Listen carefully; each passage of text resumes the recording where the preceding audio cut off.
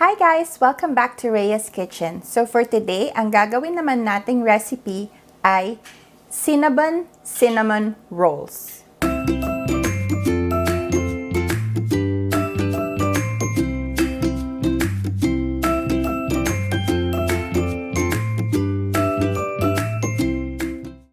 So bago tayo magsimula today, I wanted to greet all the mothers a happy Mother's Day. And what's best is you can create the cinnamon roll recipe for your moms as a gift for Mother's Day. So for this recipe, there are 3 parts. So we have to do the dough, we have to do the filling, and then we have to do the cream cheese icing. So let's get started. So first we have to make our dough. And the ingredients that we need are 4 cups of flour. We have lukewarm milk, 1 cup. We have half a cup of granulated sugar, 1/3 cup of room temperature butter, 1 teaspoon of salt, 2 room temperature eggs, and we need about 2 1/4 teaspoon of active dry yeast. So the first thing that we have to do is to proof our yeast. So I have 2 1/4 teaspoon of yeast. We're gonna put it in our lukewarm milk. Make sure na hindi mainit ang ating milk. And then we'll take a teaspoon out of our half cup of sugar. And then we'll mix it with our yeast mixture. And then we'll just have to stir it. Once na-stir na to, we can wait for about 10 minutes para makita natin na nagbubble ang ating yeast. If your yeast doesn't bubble for about 10 to 15 minutes, normally your yeast is not good anymore. So you might have to redo it again. So our next step is to stir all our ingredients. So I have the 4 cups of flour here. We'll mix our sugar, our salt, our 2 eggs, and then we'll stir in our butter.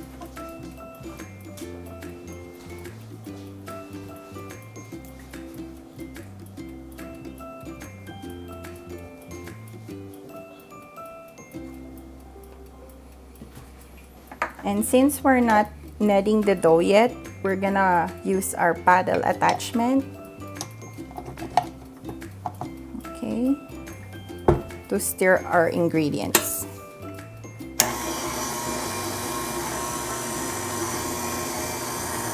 So we'll do this until everything is well incorporated, and then we'll mix in our yeast. Okay, so when this is fully mixed, we can take out our paddle attachment.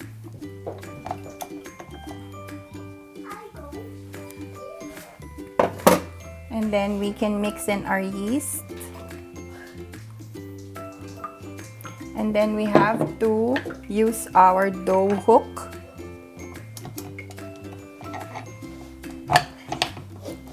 Yan. And then we'll just mix this until ma-form na yung ating dough, and then everything will come off on the sides.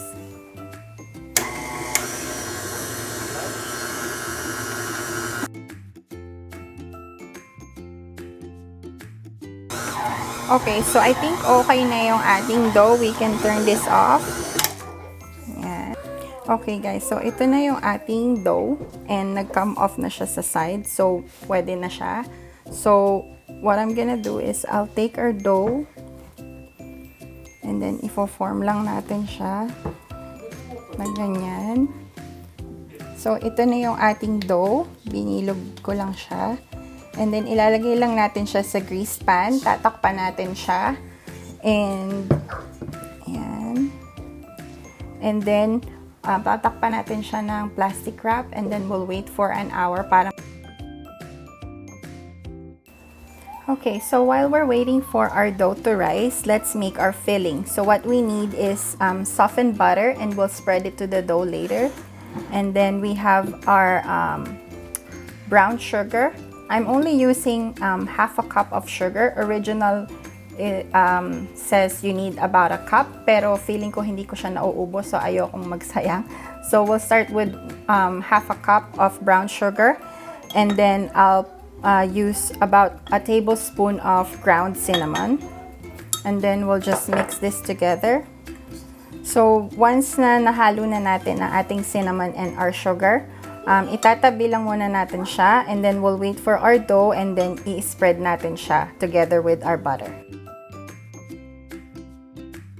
Okay, so part 3 of our procedure is to make the cream cheese filling. So I already have 1 cup of powdered sugar or icing sugar. Pwede nyo siyang dagdagan, but first titikman muna natin kung okay na. And then we have our cream cheese, which is 1/4 cup.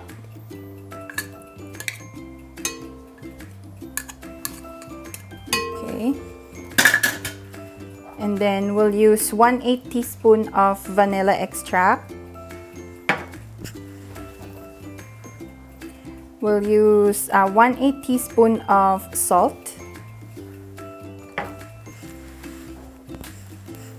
And then we'll use 6 tablespoons of unsalted butter.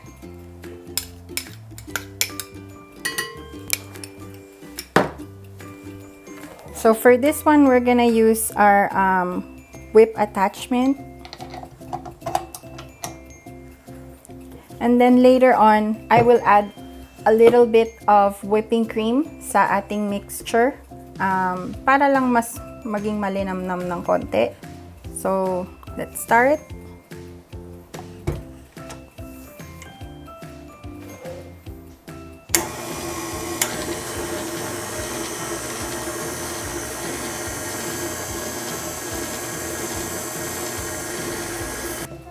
So guys, ito na yung consistency na gusto kong ma-achieve for our cream cheese icing. So, itatabi lang natin siya, and then ito yung magiging topping para sa ating Cinnabon. Okay, so here is our dough. Double the size na siya. What we'll do is we will lightly flour our surface, and then i-roll out na natin siya. Okay, so i-roll lang natin siya.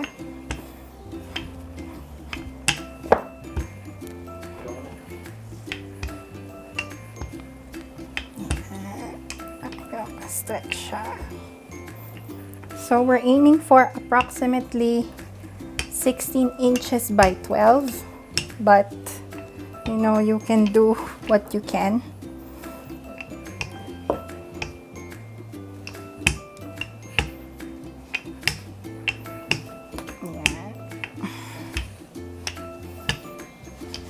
Okay, so na-roll out na natin yung ating dough, and then we'll brush it with butter.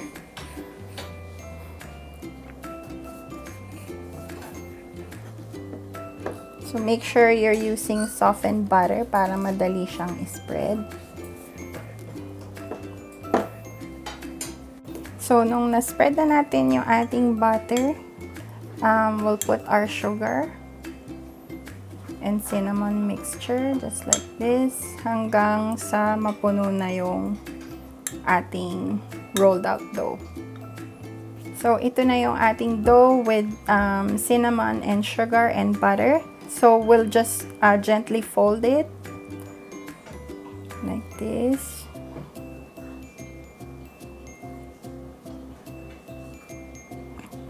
Medyo higpitan natin yung ating grip.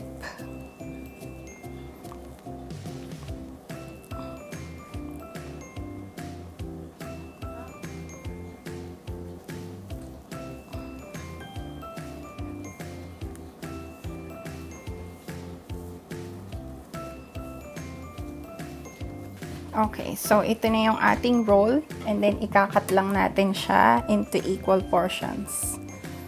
So, hindi masyadong maganda yung mga dulo. Pwede nating i-get rid. Ayan.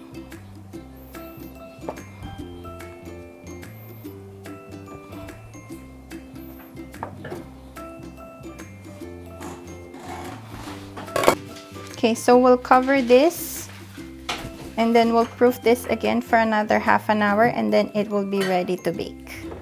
So guys, ito na ang ating cinnamon rolls. And na-preheat ko na yung oven natin at 350 degrees. So ilalagay natin siya sa loob ng oven and we'll bake it for 20 minutes.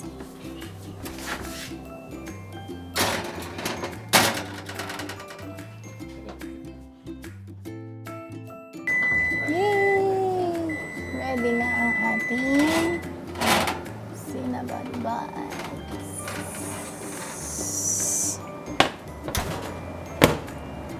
Okay guys, so here is our cinnamon buns and then spread lang natin yung ating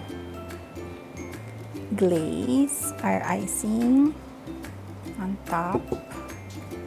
Yan, habang mainit. So nagme-melt pa yung ating icing. So guys, ito na ang pinakahihintay nating portion, ang tikiman time. So tikman na natin ang ating cinnabon bun.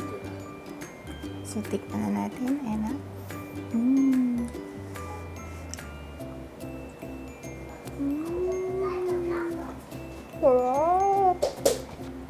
So, that's it for our video today, guys. Hopefully, nagustuhan ninyo ang ating cinnamon rolls recipe. And as always, if you like this video, please hit like and subscribe to my videos for more cooking recipes. And happy Mother's Day! Bye!